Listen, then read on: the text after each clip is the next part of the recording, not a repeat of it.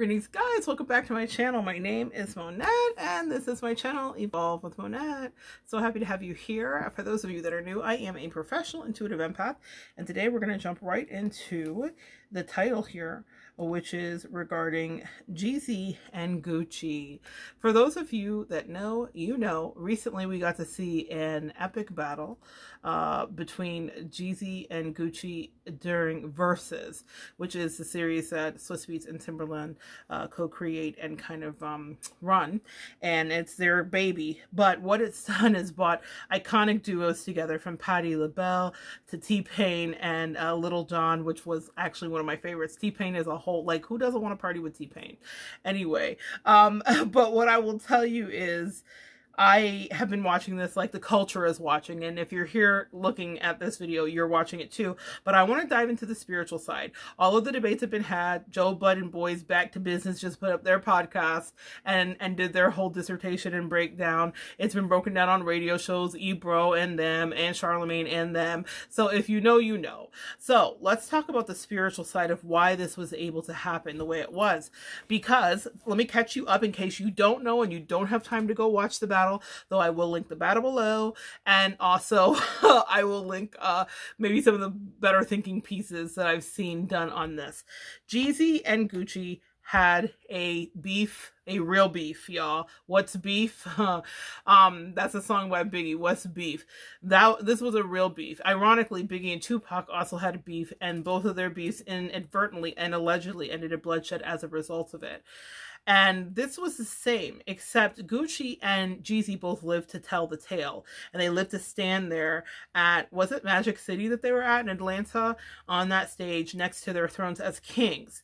And aging in the Black community, especially for men that live the lifestyle that both JEEZY and Gucci lived, Gucci Man, JEEZY, the snowman, lived. Do you guys remember being in trouble for those snowman shirts when those came out?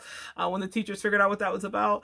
But for them to come from the streets, they are like godfathers here, because what they did was elevated past their circumstances and turned their creativity into their income, when their creativity or their income used to be based on their craft, and their craft was hustling. We'll just keep it at that. If you know, you know. So they're hustlers, and they talk about it in their songs. JEEZY specifically, the snowman, gives great details and almost recipes, y'all, for making drugs. And what I will tell you is to see them stand on that stage was a powerful moment, because what happened was, instead of it turning violent, which it could have, and let me explain why, allegedly, well, I don't know if it's alleged, they got into an issue, a situation where they were fighting essentially over a song, So Icy, which happened to be played at the end. Spoiler alert if you didn't see it. And there's a lot of things that can be said. I don't even want to get into the details of everything, because this is the kind of stuff that gets anybody into any kind of trouble. But what I will say is, JEEZY sent somebody to Gucci and was like, go get the chain. And in the going to get the chain, Gucci defended his life and ended up killing this JEEZY's friend. Literally, actually, blood was shed and a life was lost. So it's incredibly tragic, and that happened 15 or 20 years ago. They fought about it on the stage. If you know, you know.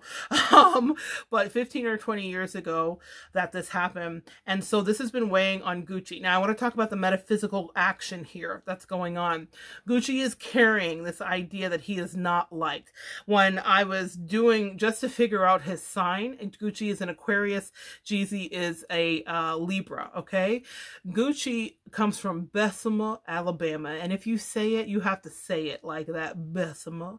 You got to say it like you're Blanche Devereaux and James Earl Jones at the same time. Bessemer. You drop it. I have lived, ironically, and for some weird reason in my crazy life, in Bessemer, Alabama. And when I tell you it is a country nothing hole in the wall, when I saw that little factoid as I was doing my research that Gucci is from Bessemer, Alabama, I said, oh, he came from the dirt. That's why his story, and that was just 420 on the clock. 420 is about spiritually based business. I believe that Gucci and JEEZY are both in their bag of ascending spiritually. Yes, they're both the same dudes that can say, I'm the realest ninja in here, you already know. And lemonade free with the freeze cup. Lemon pepper wings with the freeze cup. That's Gucci. That was, of course, one of my favorites growing up in South Florida. But what I will tell you is that When I saw where he was from, y'all, I was like, wow, it's incredible what he's achieved.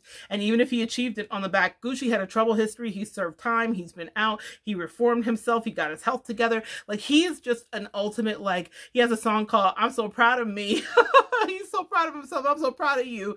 He's proud of himself. We're proud of him too. We watched it. But in the moment on the stage, what we saw was him reverting. There was a lot of debates about, oh, is this old Gucci? Because old Gucci showed up tonight. And he did. But let's talk about what he showed up with.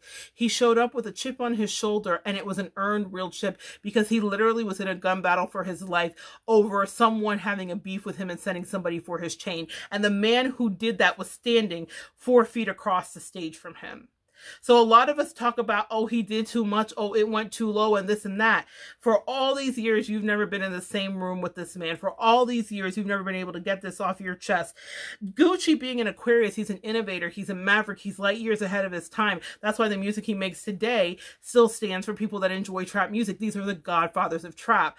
I love the more polished sound, for me, of JEEZY, okay? I just remember a lot of that music. I don't know why. Gucci definitely broke out and made like his huge splash in the South. If you know, then you know. But what I will tell you, what a breakout to come from Bessemer. Like, I don't know why, I'm super impressed. That's Aquarian energy. Like, how did he do this? How did he end up with the life he did? Even with the foibles, mistakes, and actual murders under his belt. People were terrified of Gucci in the 90s and 2000s. For real. Gucci was a problem. So what I saw on that stage was this incredible evolution. Now we had Gucci, who has this ability to be, he's a showman. Look at that. He is in his full North Node.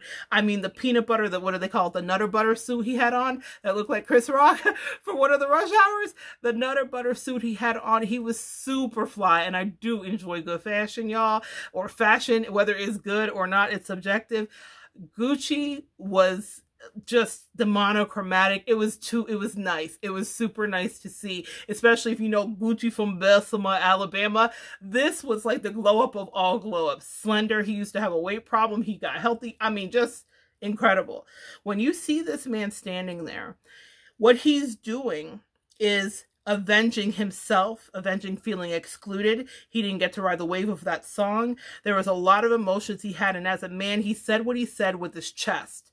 For all these years, can you imagine that we have a fight with a friend, and we might talk to ourselves in the mirror about it, or in the car on the way to work, or with your husband or your wife, right?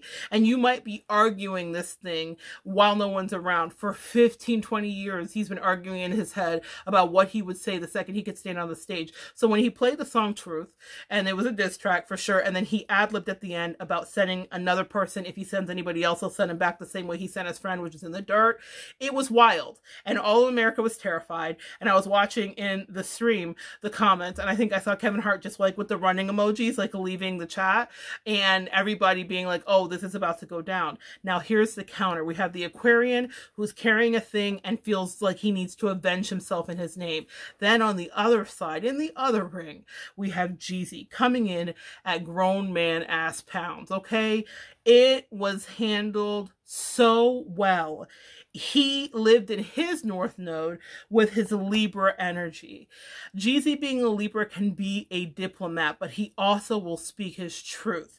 He was being diplomatic when he extended the olive branch, as we heard Gucci acknowledge at the end when he said, I mean, I appreciate you for extending the olive branch, and he kind of saluted him and he said it's all love. But what happened for that moment to even exist, it was predicated and built upon a man who had truly evolved, which was JEEZY. A man who's doing inventory and who's just stepped into a power couple dynamic with his new fiancé, Jeannie Mime. I have another video here about their twin flame journey, and if you'd like, you can check that out. But what I will tell you is that what I saw was this really intelligent and smart. I mean, I'm saying the same thing. He was a strategist in that moment. He knew that he needed to diffuse it, and then he did so by honoring many of the lives that have been lost in hip-hop and rap recently. The one that caught my ear was Nipsey, because I have a whole video on here about Nip. I really love Nip. But anyway, so he talked about these men that have lost their lives in this game and what we do this for, and about changing it. These two men at a certain point in their careers were two of the most dangerous musical stars, because they really were violent. They really didn't just rap about the things they did the things they rapped about. It was a very different genre than your favorite SoundCloud rapper. These people were about that life. They were about that life. And so to see what happened was that JEEZY said, with his air sign energy, we can't do this, we can't be like this, and I want you to understand that I'm here, and I let you play your record. I'm not gonna tamp you down, because Gucci stood in his authenticity, and he said, if I'm here, I told you if I was gonna come, I was gonna play this record, and the record is directly about killing his friend. Okay, so he's rapping about killing his friend to his face, and it was very antagonistic, and then he added more antagonizing on the end of it. But JEEZY sat in that, and he diffused it so brilliantly. And you could see Gucci's body language, his shoulders settle, because he was ready for the fight, because his whole last 15, 20 years, he's been waiting for this fight. He's been waiting for this moment. He's been waiting when he's going to cuss him out to his face. He's been waiting. They had the Fruit of Islam there, the FOI, Swiss organized that, of course. And so it was security on deck, and people with like real gun, like vest on. I know I'm talking about, y'all, you can tell how much I know about guns. What is that called? A bulletproof vest?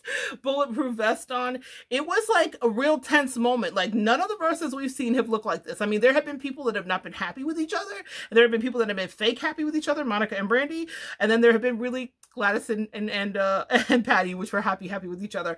But this was like about to go down. Like, they were about to get it really going. And so when he diffused it, it changed the tone of the night, and they still went back and forth. But by the end of the night, the record that they played together was So Icy. But before we get to So Icy, at the end of JEEZY's speech, and I don't know if he had a plan, I don't know how he did it, but he at the end of his speech, he was like, I'm saying this and I did this, and I'll see if I can link a small link below. But then at the end of it, he played that song, I'm the realest ninja in here, you already know, got Trapper of the Year 4 times in the row.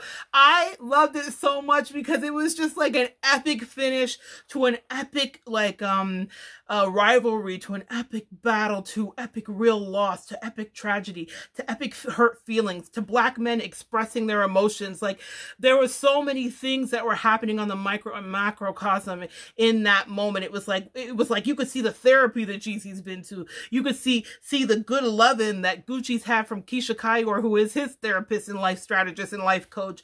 You could see the influences of good women, good mothers, good people praying in their lives. You could see spirituality coming to life, and you could see both of their signs, both air signs, Aquarius and Libra, coming together cerebrally in a moment of understanding this is bigger than us, and this is bigger than beef. They both love money, and they now have seen a new way to capitalize, because we are paying attention. It was a telenovela.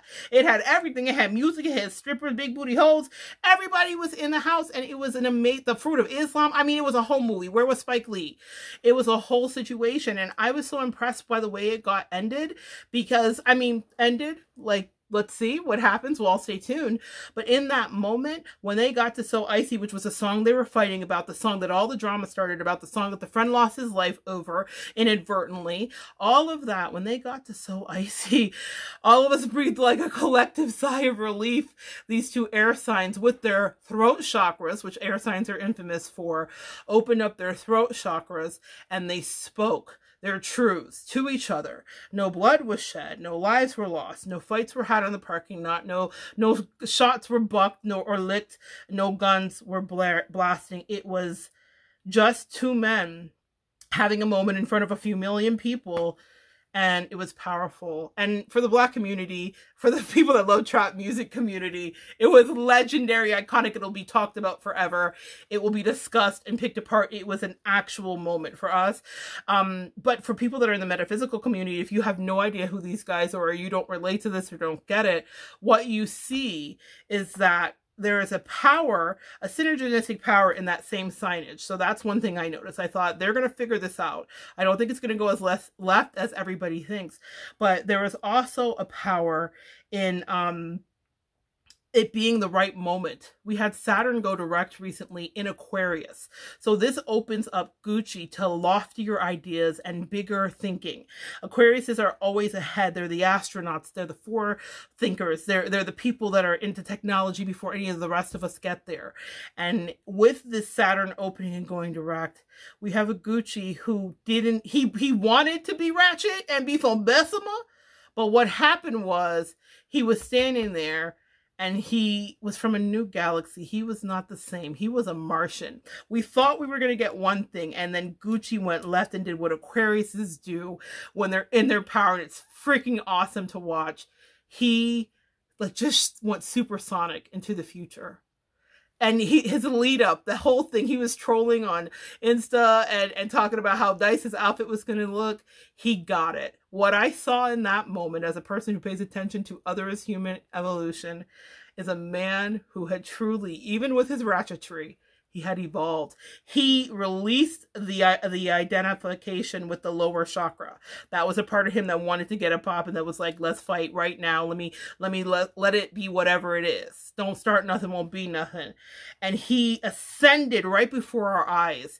But it happened because his counterpart and his rival and the person he looked up to. Let's talk about the hurt little boy that looked up to JEEZY and then felt dissed by him. Can we talk about all the layers that happen here? The mentor that he once had that betrayed him in the most cravenous and low down, literally dirty of ways was there, and he had stepped into his role as what he should have been 20 years ago. He was the bigger man. And guess who won? The culture, black men, therapy, and music. So if you watch the Versus battle, I, as you can see, was quite impressed. It was like a whole thing, and it was right up my alley. And check it out if you're into that kind of music. If you're not, it will appall you. But I think it's good to sometimes immerse yourself in a new thing. In any case, I wanted to share that with you. Libra and Aquarius solving problems by using their throat chakra and actually connecting with their ideas and their higher selves. It was a sight for sore eyes. Anyway, come back and join me next time, guys, and we'll continue to talk about hip-hop-ish and evolve.